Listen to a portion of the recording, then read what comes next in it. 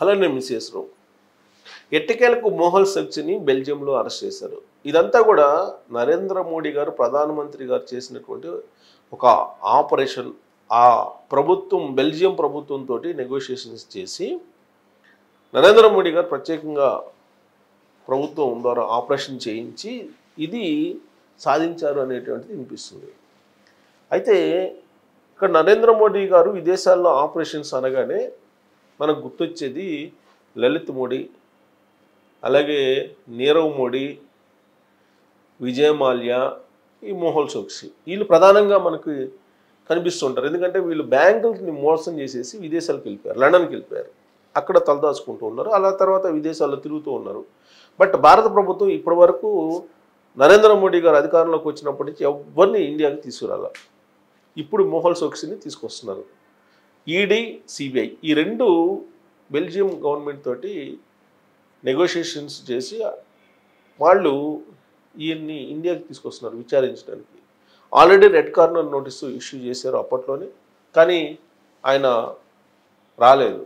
But ఇప్పుడు ఆరోగ్య రీత్యా ఆరోగ్యాన్ని కాపాడుకునేందుకు బెల్జియం హాస్పిటల్లో ఆయన ట్రీట్మెంట్ తీసుకుంటూ ఉంటే ఆయన ఆరోగ్యం తీవ్రస్థాయిలో విషమంగా ఉందనేటువంటి విషయాన్ని తెలుసుకొని అక్కడ ట్రీట్మెంట్ తీసుకుంటున్న మోహల్ చోక్సీని నాన్ బెయిలబుల్ వారెంట్ తోటి తీసుకొస్తున్నారు.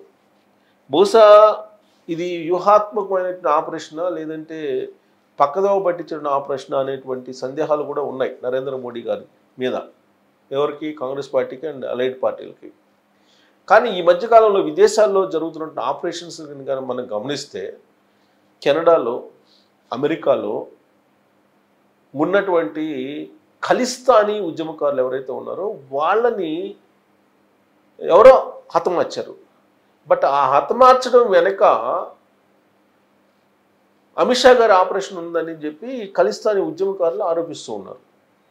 ప్లస్ కెనడా ప్రభుత్వం కూడా అనుమానించి అమెరికాకి సమాచారం కూడా ఇచ్చింది. అమెరికా కూడా ఏదో జరుగుతుంది ఖలిస్తానీ ఉద్యమకారుల మీద, దాని వెనక భారత ప్రభుత్వం ఉంది అనేటువంటి అనుమానాలను వ్యక్తం చేస్తుంది. ఇదంతా ఒక ఎత్తు అయితే, పాకిస్తాన్లో ఉగ్రవాదుల స్థావరాల్లో ఉన్నటువంటి ప్రధానమైనటువంటి లీడర్లు కాల్చివేయబడుతున్నారు.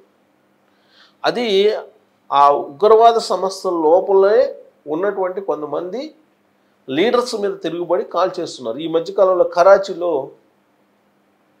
ఒక అతన్ని చంపేశారు, ఉగ్రవాదిని, పేరు మోసినటువంటి ఉగ్రవాది. సో ఆయన్ని చంపారు. ఇలా ఈ మధ్యకాలంలో పాకిస్తాన్లో ఉగ్రవాదులే చనిపోతున్నారు. ఇదంతా కూడా ఎవరో ఆపరేషన్ చేస్తున్నారు అనేటువంటిది వినిపిస్తుంది. పాకిస్తాన్ ఏమో భారత ప్రభుత్వం ఆపరేషన్ చేస్తుంది అనేటువంటి అనుమానం వ్యక్తం చేస్తుంది. సరే, ఆ విదేశాల్లో ఆపరేషన్స్ అనేటువంటి వాటిని పక్కన పెడితే అది గూఢాచార్య వ్యవస్థ ఏదో నడుస్తూ ఉంటుంది. అది ఇప్పుడు దేశం విడిచి కొన్ని వేల కోట్ల రూపాయలు మోసం చేసి వెళ్ళినటువంటి వాళ్ళ సంగతి ఏంటి? ఇప్పుడు మోహల్ చోక్సీని తీసుకొస్తున్నారు. మరి లలిత్ మోడీ పరిస్థితి ఏంటి? విజయ్ మాల్యా పరిస్థితి ఏంటి? నీరవ్ మోడీ పరిస్థితి ఏంటి? ఆయన వజ్రాల వ్యాపారి నీరవ్ మోడీ. మరి ఈయన మోహల్ చోక్సీ కూడా వజ్రాల వ్యాపారి. బేసికల్గా వీళ్ళు వజ్రాల వ్యాపారం కోసం బ్యాంకుల్ని ముంచేసి ఫ్రాడ్ చేసేసి, ఫ్రాడ్ కొలాటరల్ ఇచ్చేసి 13,000 కోట్ల రూపాయలు సుమారుగా మోసం చేశాడు ఈయన. సో ఎవరు కూడా దాదాపుగా 10,000 కోట్లు తక్కువ లేరండి. విజయ్ మాల్యా ఏమంటున్నారు ఇప్పుడు, నా రుణం కంటే కూడా, అంటే నేను తాను తీసుకున్న లోన్స్ కంటే కూడా ఎక్కువగా రికవరీ చేసింది భారత ప్రభుత్వం అని చెప్తుంది. బ్యాంకులకి ఎంత ఇవ్వాలో అంతకంటే ఎక్కువ వసూలు చేసింది భారత ప్రభుత్వం అని చెప్తుంది. మరి అలాంటప్పుడు విజయ్ మాల్యా ఎందుకు ఇండియా రాడు? ఇండియా రావాలి కదా, కానీ రావట్లా. ఆయన తీసుకురాలేకపోతున్నారు నరేంద్ర మోడీ గారు. మరి ఈయన విషయంలో మాత్రం, మోహల్ చోక్సీ విషయంలో మాత్రం డిఫరెంట్గా ఉంది. సో ఏంటి అనేది మనం చూద్దాం. అంతర్జాతీయంగా, జాతీయంగా ఇప్పుడు ఈ న్యూస్ స్ప్రెడ్ అవుతుంది, ప్రత్యేకించి మన జాతీయ స్థాయిలో, దేశ స్థాయిలో. So bailable warrant from Mumbai courts. So కోర్టులో Choksi was in Belgium for medical treatment when arrested. So he is wanted in India in connection with 13,500 కోట్ల రూపాయలు పంజాబ్ నేషనల్ బ్యాంక్ స్కామ్లో ఈయన. సో ఈయన చోక్సీ ఇప్పుడు ఏం చేస్తున్నాడు, ఈయన ఆల్మోస్ట్ 2018 నుంచి మన దగ్గర లేడు. సో ఆయన ట్రీట్మెంట్ తీసుకున్నాడు బెల్జియంలో అని చెప్పేసి చెప్తున్నారా, ఆయన బెల్జియంలో ట్రీట్మెంట్ తీసుకోవడానికి వెళ్ళాడని చెప్పేసి. ఆయన యూరోప్లో చాలా ప్రాంతాల్లో ట్రావెల్ చేశారు. కారణం ఏంటంటే హెల్త్ బాగాలేని కారణంగా చేశారు అంటున్నారు. తర్వాత దీని మీద ఈడీ సిబిఐ చాలా సీరియస్గా వ్యవహరించింది. మోహన్ చోక్సీని ఇండియా తీసుకురావడానికి ప్రయత్నం చేశారు. కానీ చోక్సీ అడ్వకేట్ విజయ్ అగర్వాల్ ఏం చెప్తున్నాడంటే, ఇప్పుడు బెల్జియంలో అరెస్ట్ చేశారు ఆయన్ని, కానీ ఇప్పుడు పోలీసులు ఈ దర్యాప్తు సంస్థలు ఈడీ సిబిఐ కస్టడీలో ఉన్నారు. కాకపోతే అప్పీల్కి వెళ్తున్నాము, కోర్టుకి రిక్వెస్ట్ చేస్తున్నాము, ఎందుకంటే హెల్త్ కండిషన్స్ బాగోలేదని చెప్పి క్యాన్సర్ ట్రీట్మెంట్ తీసుకుంటున్నానని చెప్పి ఆయన అప్పీల్ చేస్తున్నాడు వదిలిపెట్టుకుని, అంటే జైలుకి పంపించుకున్నాడు. సో బెల్జియం కంట్రీ కూడా 6 months నుంచి టచ్లో ఉంది వీళ్ళకి. అక్కడ ప్రభుత్వం కూడా కోఆపరేట్ చేసింది.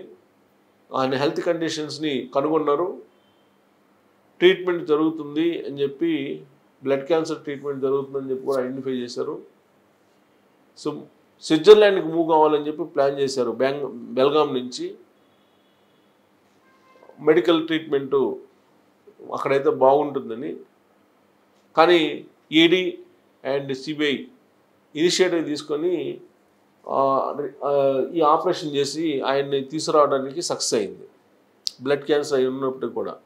సో సేఫ్ సైడ్గా ఆయన తీసుకురావడానికి అన్ని ఏర్పాట్లు చేసింది, బ్లడ్ క్యాన్సర్ ఉంది కాబట్టి.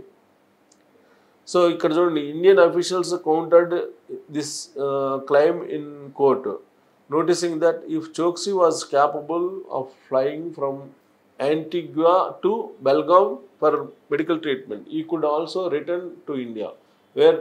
అదే ఇప్పుడు వాళ్ళు ఏం చెప్తున్నారంటే, ఈ ప్రయాణం చేయడానికి కరెక్ట్గా లేదని చోక్సీ లాయర్ చెప్తుంటే, లేదు మేము తీసుకెళ్తున్నాము, ఈ మెడికల్ అన్నీ కూడా కరెక్ట్గానే ఉన్నాయని సిబిఐ చెప్తుంది అనమాట. సో ఈ అరెస్ట్ చేసి ఆయన తీసుకొస్తున్నారు. ఈడీ అండ్ సిబిఐ అల్టిమేట్లీగా బెల్గాం నుంచి తీసుకొస్తూ సక్సెస్ అయ్యింది అని చెప్పి ఫీల్ అవుతున్నారు వాళ్ళు. చాలా కాలంగా విదేశాలకు వెళ్ళినటువంటి వాళ్ళు ఎవరు కూడా రాలేదు కాబట్టి దీన్ని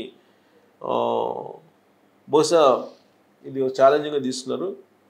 అలిగేషన్స్ చేస్తున్నారు ఎవరు, చోక్సీకి సంబంధించినటువంటి వాళ్ళు. Kidnap attempt in Indian operators ఉన్నాయా, సో ఇండియన్ ఆపరేటర్స్ కొంత కిడ్నాప్ చేసే ప్రయత్నం చేశారనేది కూడా చేస్తున్నారు. చోక్సీ బెయిల్ కోసం ఇవన్నీ చెప్తున్నాడు అనేది ఒకటి వర్షన్ వినిపిస్తుంది.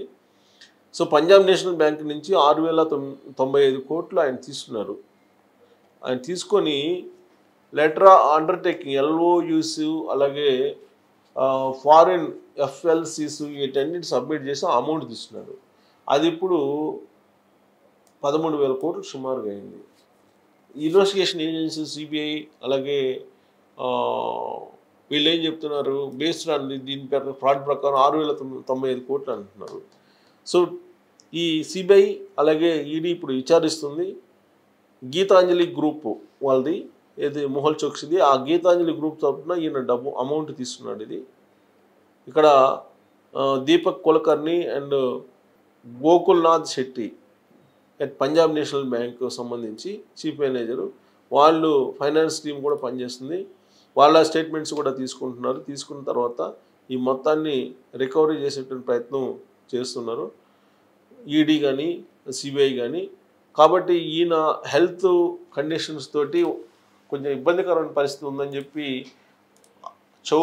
ఆయన చోక్సీకి సంబంధించినటువంటి అడ్వకేట్ చెప్తున్నారు. కానీ రికవరీ చేయాలనే ఉద్దేశంతో గీతాంజలి గ్రూప్ నుంచి ఇప్పుడు ఆయన్ని పట్టుకొస్తున్నారు బెల్జియం నుంచి.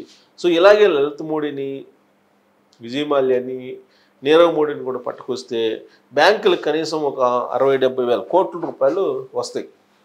లేదంటే వీళ్ళని చూసి ఎగ్గొట్టిన వాళ్ళు కూడా ఖచ్చితంగా భయపడి మళ్ళీ రికవరీ చేసే అవకాశం ఉంది. మరి మోడీ విదేశాల్లో ఆపరేషన్ ఈ ఇన్సిడెంట్ తోటి సక్సెస్ కాబోతున్న రాబోయే రోజులు అనే దాని మీద మీరు కామెంట్ చేయొచ్చు. Thank you.